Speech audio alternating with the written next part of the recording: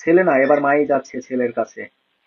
বাংলাদেশের তিনবার প্রধানমন্ত্রী সাবেক শহীদ রাষ্ট্রপতি জিয়াউর রহমানের স্ত্রী বেগম খালেদা জিয়া গত 21/11/2025 তারিখ অসুস্থ হয়ে এবারকার হাসপাতালে ভর্তি হয়।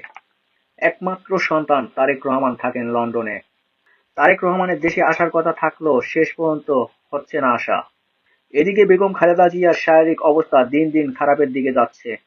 তাই বিএনপির সিদ্ধান্তে সরকারের সহযোগিতায় এবং কাতার সরকারের সহযোগিতায় বিশেষ বিশেষ এয়ার অ্যাম্বুলেন্স ফ্লাইটে উন্নত চিকিৎসার জন্য আজ সকালে লন্ডনের উদ্দেশ্যে রওনা দেবেন খালেদা জিয়া। বেগম খালেদা জিয়াকে নিতে লন্ডন থেকে আজ সকালে ঢাকায় আসছেন খালেদা জিয়ার বড় পুত্রবধূ জোবায়দা রহমান।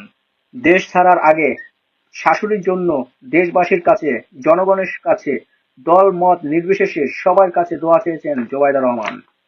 লন্ডনে খালেদা জিয়াকে কেয়ারটেকার করার জন্য বাংলাদেশ থেকে যাচ্ছে 11 জন কর্মী। খালেদা জিয়া সুস্থ হলে আবারও দেশে ফিরবেন, এমনটাই জানিয়েছেন জোবায়দা রহমান।